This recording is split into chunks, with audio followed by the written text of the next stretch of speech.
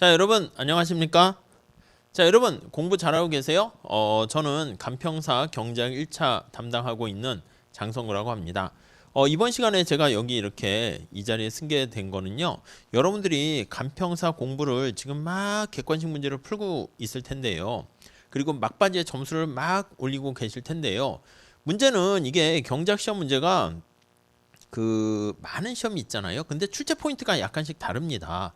그래서 우리가 뭐 소비자 선택 이론에서 몇 문제 나오고 생산자 몇 문제 나오고 이게 중요한 게 아니라 뭐 회계사 시험과 간평사 시험과 공무원 시험과 약간 출제 포인트가 다르거든요. 근데 그거를 좀 준비를 하면서 뭐가 자주 출제되는가를 보면서 공부를 하셨으면 하는데 그렇지 않으신 분들이 많아가지고요. 제가 간평사 10개년 기출문제를 출간했거든요. 그래서 2011년부터 2020년까지 이제 10개년이니까 이게 문제가 양이 장난 아닙니다. 한 회분에 40문제니까 무려 400문제예요. 근데 우리가 이제 문제가 쉬운 것도 있고 어려운 것도 있고 하지만 우리가 이제 객관식 공부할 때는 어떻게 했었냐면 그 파트별로 공부를 했다고요. 그러니까 이제 무차별 곡선 하면 무차별 곡선 관련된 효용 함수 가지고 공부를 쭉 했고요. 소비자의 효용 극대화 선택했으면 그것만 막 풀었기 때문에 그 수업 듣고 문제 풀었을 때는 문제가 잘 풀리긴 하는데 그걸 이제 한 단계 건너가 가지고요. 미시를 할 때는 거시가 생각 안 나고 거시할 때는 미시가 생각 안 나고 그런 문제가 발생합니다. 그러면 나중에 객관식 그 카테고리별로 제가 수업한 걸 잘 따라오셨으면 그건 잘 됐어. 근데 막판에는 어떻게 하냐면 전범위를 같이 공부하셔야 돼. 전범위를 같이 공부할 때 제일 좋은 거는 뭐 간평사 기출문제를 푸는 겁니다. 자, 아니면 난 기출문제 풀긴 그래. 그러면 그때는 간평사 출제 포인트를 중심으로 해가지고요. 어떤 게 시험에 잘 나왔나를 한번 보셔야 돼요. 자, 그래서 이렇게 이게 좀 글씨가 보이실는지 모르겠지만 이 파일은 제가 다시 올려드리도록 할게요. 간단한 설명을 위해서 제가 이렇게 했는데요. 여기 한번 보세요. 시험 문제 출제 포인트가 그냥 뭐 경작이 기초에 해당하는 뭐 기회비용이란 뭐 이런 거 있잖아요. 우리 시험에 그렇게 아주 자주 출제되지는 않습니다. 그건 당연히 경작 공부하는 사람으로서 알아야 되고요. 수요 공급 문제부터 보면 수요 공급에서 어떤 게 출제되는가 한번 보세요. 주로 앞에다가 계산 문제는 제가 계산 해놨는데 대부분이 계산 문제야. 가격의 탄력성 늘상 나와요. 가격의 탄력성 결정 요인, 또 가격의 탄력성과 총수익과의 관계 매년 나옵니다. 뭐 가격의 탄력성 순서는 좀 그렇지만 여기도 여러 가지 탄력성 뭐 계속 나와. 탄력성 문제는 잘 하셔야죠. 이때도 균형에서의 탄력성 계산하고 탄력성 뭐 여기도 탄력성과 판매 수입 거의 10년에 매년 나왔습니다. 여기는 안 나왔네요. 탄력성과 총수입. 이거 아시잖아요. 총수입은 P 곱하기 Q인데 그 변화율로 나타내서 언제 비탄력적일 때랑 탄력적일 때 언제 가격을 올릴 것인가 낮출 것인가 그 문제에 관심을 갖고 준비하셔야 돼요. 그리고 또 출제 포인트가 뭐야? 여기요. 소비자 잉여와 생산자 잉여뿐만 아니라 조세 전가와 규칙 맨날 나오죠. 여기는 좀 빠졌는데 조사의 외 전가 규칙 초과 부담 탄력성 뭐 조세 전가 규칙 이거 시험에 늘상 나옵니다. 아시겠습니까? 여기도 나오고 조세와 사중 손실. 그러니까 우리가 수요 공급을 공부한다 그러면 탄력성하고 조세의 전가 규칙 그거는 확실하게 정복하셔야 됩니다. 그 다음 소비자 선택 이론에서는요. 여기 효용함수가 다 계산이잖아. 그냥 계산 문제라고 보시면 되겠습니다. 미시경제학은. 자, 그래서 계산 문제의 속도를 좀 올리시면서 뭐가 자주 출제되는가를 보셔야 되는데 여기 각각의 효용함수가 콥더글라스 효용함수, 완전 보완제 뭐 그랬을 때 효용 극대화되는 거 얘기하고 있어요. 무차별 곡선의 형태와 효용함수 늘상 이게 시험에 나옵니다. 그 다음 난이도가 올라가게 되면요. 가격 효과 있잖아요. 그래서 가격 효과 관련해 가지고 기펜지의 특성 같은 것도 자주 출제가 되고 있어요. 다양한 효용함수와 이렇게 나와 있는 거. 아시겠죠?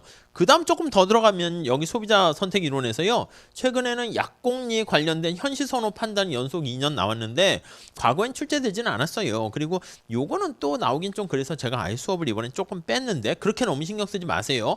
약간 불이타성에 가까운 겁니다. 뭐 행태경작 이런 것도 글쎄 맛보기로 좀 나올 수는 있는데 자주 출제되는 포인트는 아니니까 약간 무시하셔도 돼요. 아셨죠? 그리고 차라리 그거 하실 때는 뭐냐면 여기 보상소득의 크기라든가 아니면 동등변이 이런 문제 좀 보시거나 아니면 여기 보세요. 잘 보시면 기대 효용 이론이 옛날에 계속 이렇게 출제가 되다가 안 나오고 안 나오고 안 나오고 안 나오고 요때 나왔어요. 그러다가 안 나오고 안 나오고 또 나오겠지. 그러면 올해 기대 효용 관련해 가지고요. 우리가 리스크 프리미엄이라든가 그쵸? 확실성 등가액 그런 것들 계산하는 거 출제가 될 수 있으니까 그것 좀 잘 준비하시면 되겠습니다. 자, 여기서 소비자 선택 이론에서는 각각 주어져 있는 콥더글라스 효용함수, 완전 무한제, 완전 대체제 효용함수에서 효용 극대화되는 선택 그걸 잘 보시고 가격 효과를 대체 효과, 소득 효과 나누는 거 그걸 잘 보시고 조금 더 한다라고 하면은 기대 효용, 문제, 불확실성화의 선택 보시면 되겠습니다. 자, 그 다음에 우리 생산자 이론 네, 늘상 나오는 게 비용 극소화고요. 아니면 생산함수와 비용함수로 전환하는 거 제일 많이 나옵니다. 그리고 평균 비용과 한계 비용과의 관계 있잖아요. 요때만 좀 그랬지 최근에 문제가 이렇게 많이 출제되고 있는 거 알 수가 있어요. 근데 그 문제가 그 문제예요. 그래서 오히려 소비자 선택 이론보다 생산자 이론은 문제가 조금 더 쉬워요. 여기도 각각 생산함수와 비용함수의 특징 나타내는 거 똑같이 우리가 출제되는 거 볼 수가 있습니다. 아셨죠? 그걸 하신 다음에 그 다음에 시장 이론이다라고 하면요. 여기서는요. 완전 경쟁 시장과 독점을 중심으로 좀 보세요. 여기 보시면 완전 경쟁과 독점 문제, 조업 중단과 손익분기점 문제가 이렇게 많이 나오고요. 여기서도 이게 다 독점이야. 꾸르노 반응 곡선, 내슈 균형 구하는 거 빼놓고는 완전 경쟁과 독점에 초점이 맞춰져 있어요. 아셨죠? 그래서 완전 경쟁 시장에서는요 주로 계산 문제가 나옵니다. 그리고 특성도 물어보긴 하고요. 그리고 독점일 때는 여기 나와 있는 것처럼 독점의 이윤 극대화, 가격 차별 정도 보시면 될 것 같고요. 그 다음에 독점일 때는 뭐 아모로소 로빈슨 공식 이용해서 푸는 거 있잖아요. 그 정도만 잘 하세요. 그거는 어렵지 않으니까 완전 경쟁과 독점은 반복해서 보시면 될 것 같습니다. 그 다음 이제 매번 나오는 게 내슈 균형 찾는 게 나와요. 여기 계산.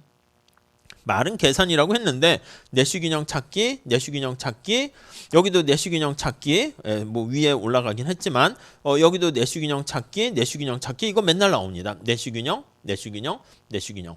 아셨죠? 그러니까 완전 경쟁하고 독점하고 공부를 조금 더 자신 있게 하실 분들은 꾸르노 반응 곡선 구하는 거 있잖아요. 베르트랑 반응 곡선 구하는 거 있잖아요. 그걸 반복해서 연습하시고 아닌 분들은 내슈 균형 찾기 이렇게 좀 보시면 되겠습니다. 그리고 생산 요소 시장은 여기다 넣긴 했는데 소비자 이론하고 같은 맥락이에요. 여가와 소득의 선택 모형 이거 맨날 나와요. 후반 굴절하는 노동 공급, 여가와 노동 선택 여기는 쭉 안 나오다가 여가와 노동 선택, 여가와 노동 선택, 여가와 노동 선택 이 매년 나옵니다.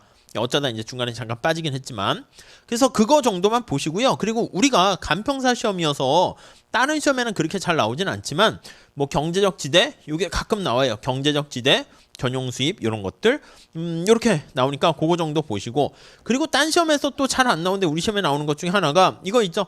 지니 계수와 10분위 지수, 로렌츠 곡선 하는 거 이거 좀 출제되니까 좀 잘 정리하시면 돼요. 다시 한번 말씀드리면 생산 요소 시장에서는 여가와 노동의 선택 그리고 경제적 지대, 이전 수입 조금 더 하게 되면은 로렌츠 곡선과 10분위 분별 같은 불평등 지수 그 정도 정리하시면 되겠습니다. 그 다음에 후생 경제와 시장 실패 파트에서는요. 일반 균형을 나타내는 이 문제는 좀 어려워요. 계약 곡선도 조금 어려워요. 그러니까 그건 조금 뒤로 하신 다음에 외부성 공공재 있잖아요. 시장 실패 요인. 그게 한 3문제에서 2문제는 거기서 나오니까 이때는 아예 안 나왔네요. 뭐 망했군요. 아무튼 여기서도 외부성은 나오고 외부성, 공유지의 비극 다 공공재 관련된 거죠.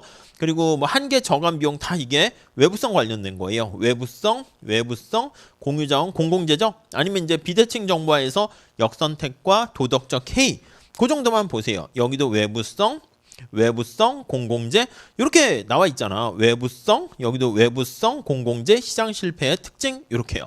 그러니까 이렇게만 해도요. 거의 80% 이상은 커버할 수가 있습니다. 자, 다시 정리합시다. 미시경제는 출제 포인트가 이렇게 좀 정해져 있습니다. 그런데 우리 객관식 때는 그 문제를 쫙 연습해서 풀었기 때문에 여러분들이 아마 잘 따라오실 수 있는데 이게 막판에 가면 공부량이 이제 많아지면서 정리를 잘 하셔야 돼. 그때는 왔다 갔다 잘 하셔야 되는데 기출문제를 굳이 이렇게 연도별로 풀 필요는 없을 수는 있어요. 객관식 책 갖고 계신 거 보시면 되는데 출제 포인트를 좀 보면서 좀 공부를 하셨으면 좋겠어요. 아셨죠?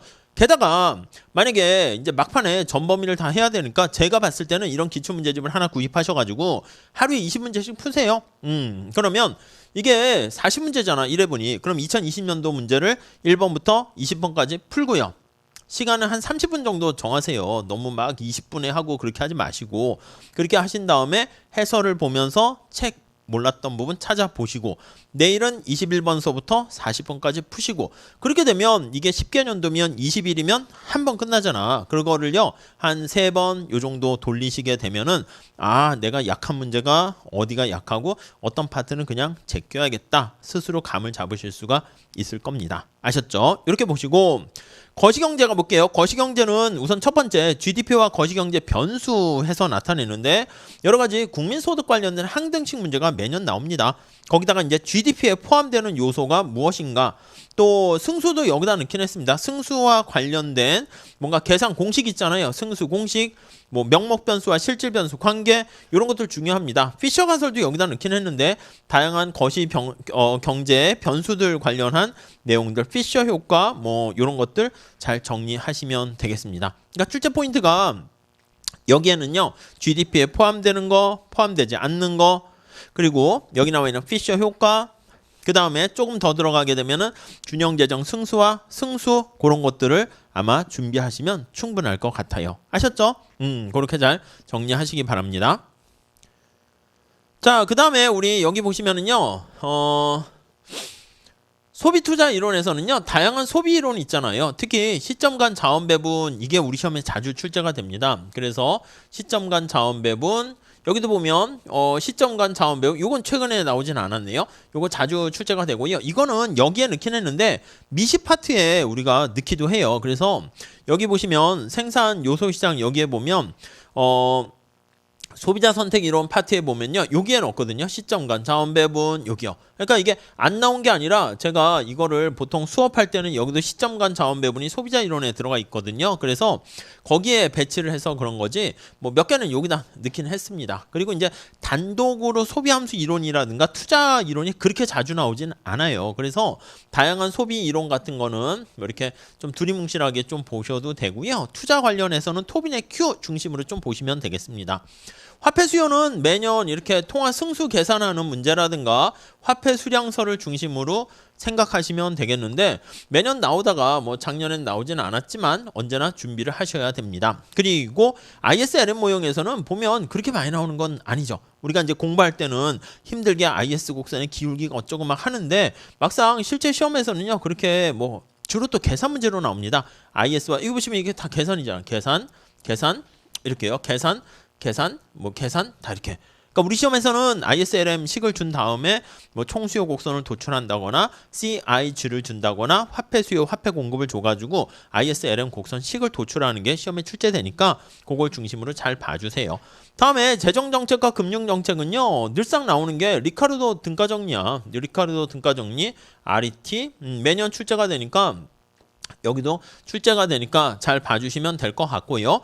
통화정책에서 제일 중요한 거는 뭐야? 유동성 함정이거든요. 그래서 이 유동성 함정이라는 거를 중심으로 해가지고 통화정책이 과연 효과가 있냐 없냐 그걸 중심으로 잘 보시면 되겠습니다. 최근에는요. 테일러 준칙을 중심으로 한 얘기도 많이 출제가 되고 있어요. 그리고 언제 통화량이 증가하는가 통화정책의 전달 경로를 중심으로 정리하시면 되겠습니다. 자, 그렇게 보신 다음에 이제 ISLM 모여서 총수요, 총공급, ADAS 곡선을 보게 되면 주로 이제 나오는 게 ADAS에 어떤 충격이 있을 때 그걸 어떻게 균형으로 찾아가는가 그게 좀 자주 출제가 되고요. 특히 뭐 어떤 공급 측면에서의 부정적인 외부 효과가 발생하게 되면 스태그플레이션이 발생하잖아요. 그러면 경기 침체랑 인플레이션이 동시에 발생하게 되는데 그거 총수요 관리 정책으로 과연 해결할 수 있냐? 케인적 파워의 딜레마에 빠지는 현상. 그거를 좀 잘 보시면 좋을 것 같고요. 그 다음에 우리가 루카스 공급 곡선은 언제나 중요합니다. 여기에만 넣은 게 아니라 여기에 다 스며들어 있으니까 총수요 관리 정책과 그 다음에 루카스 공급 곡선 해서 단기와 장기에 어떤 게 효과가 있는가 그걸 중심으로 체크하시면 되겠어요. 결국 총수요와 총공급의 어떤 이동 요인뿐만 아니라 왜 총수요 곡선이 우하향하는가 그런 것들 보시면 되겠고요.